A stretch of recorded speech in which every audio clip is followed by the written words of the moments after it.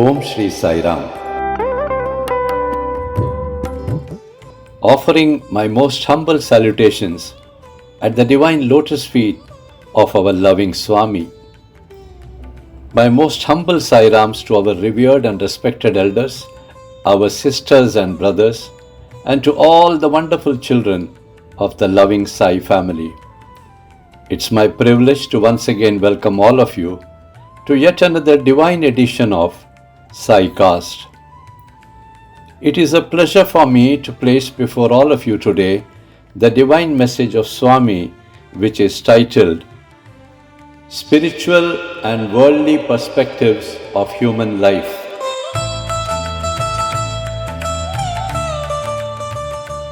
In this message, Swami very clearly mentions that the four main pillars within which man functions in life are profit, loss, debt, and interest. This is a very unique message wherein Swami analyzes the serious differences between a normal earning person functioning in the world of Maya or illusion and a devotee of Swami who follows Swami with full faith and devotion and is connected with Swami's activities. This difference is very glaring and an eye-opener for humans living in the Mayavi world. Well, through this message, Swami very clearly brings out the pathetic situation of normal earning humans living in the Mayavi world and how their life finally ends. This situation is compared by Swami with that of a Sai devotee youth who too starts earning. How does the devotee youth function in his life, and how only because of Swami's spiritual guidance, blessings, and Swami's enormous grace, he lives a good life and has a peaceful death too. The comparisons are indeed very startling. Without going too much into the minute details of Swami's message, let us listen to the divine message as dictated by our loving Swami. Let all of you be wise enough to always be with God under all circumstances of your life. Sai Ram.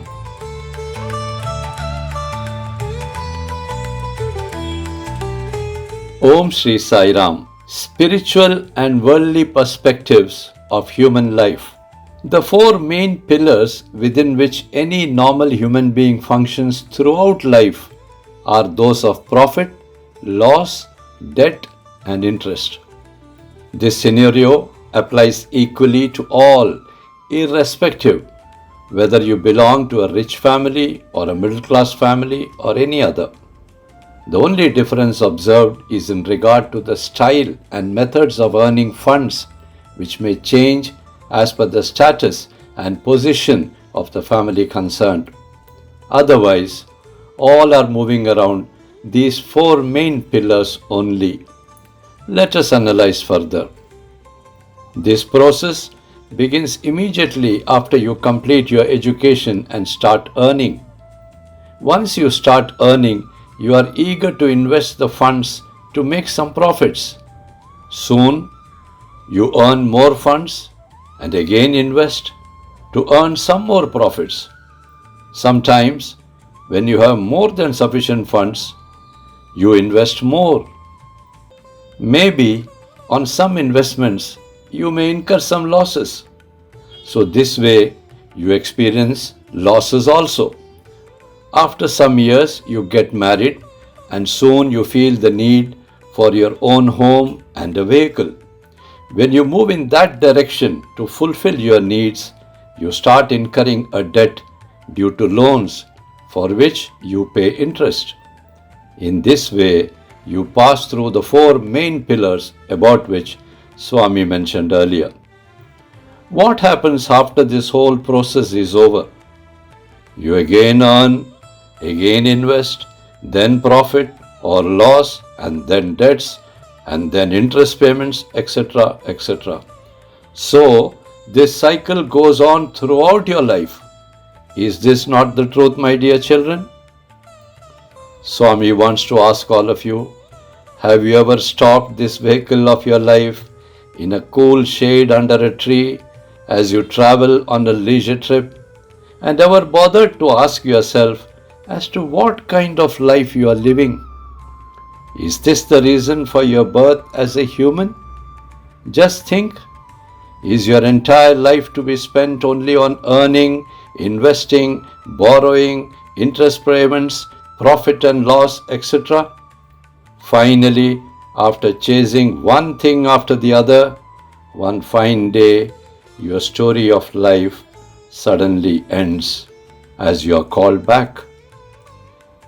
Everything for which you struggled throughout your life are all left behind. With your palm facing upwards, you lie on the pyre, which is the final destination, and you are then consumed by the elements. However, myself, that is the Jivatma, who left your body, has returned to my divine soul's laboratory in the high heavens for taking care of your soul and getting it ready for its next birth. So, briefly said, this is the harsh reality of your life as a human being, for which all of you put up such a big show, always feeling that you are going to live here permanently. My dear children, Swami wants to ask you, are you all here for living a life in this manner? Just sit alone in one quiet place and think deeply. Go within your being and ask this question to the Atma, that is myself, who is residing in your heart, and listen to the reply coming from within. Sadly, you are unable to hear the response from your soul, since it is covered with all the unnecessary imprints collected from the illusionary world where you spent your entire life. You never interacted with the God within yourself who constantly speaks to you. This is the story of most of you, my dear children. If you are connected with the illusionary world and have forgotten God and the divine laws of right living. Now, this is one side of the story, that is, of the worldly life. Let us analyze your life from a spiritual perspective. Suppose you are connected with Swami or any divine entity right from your childhood, and more especially the earning life. Then what happens?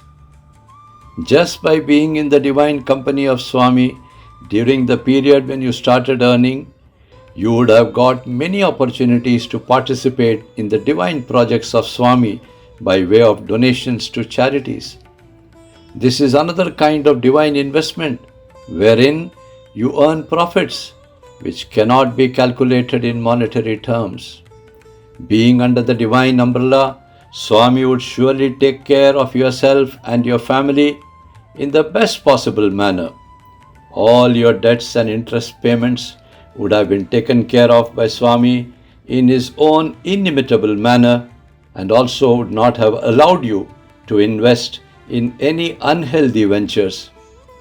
Swami would have taken care of all these nitty-gritty things of your life, since you were actively involved with Swami's various seva activities. This is what is meant by Swami's repeated statement when he says, "You do my work and I will take care of your work." In short, Swami would have laid a good pathway for you to comfortably walk on. Due to your participation in various divine charities, God would surely fill your coffers and bless you with a peaceful retired life. After living a life like this, as per the divine directions of God, when it is time for me to leave your body, I myself would bring you back in a royal manner to my abode with your palms joined in reverence and surrender. My dear children, now you decide what kind of a life you wish to adopt and live during this short life on earth. God has given all of you this choice. After all, it is your free will, and so you have to choose.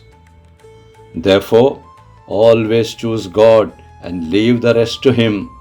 Be with Swami and live a truthful life, honest life, and then pass away honorably and reach his divine abode.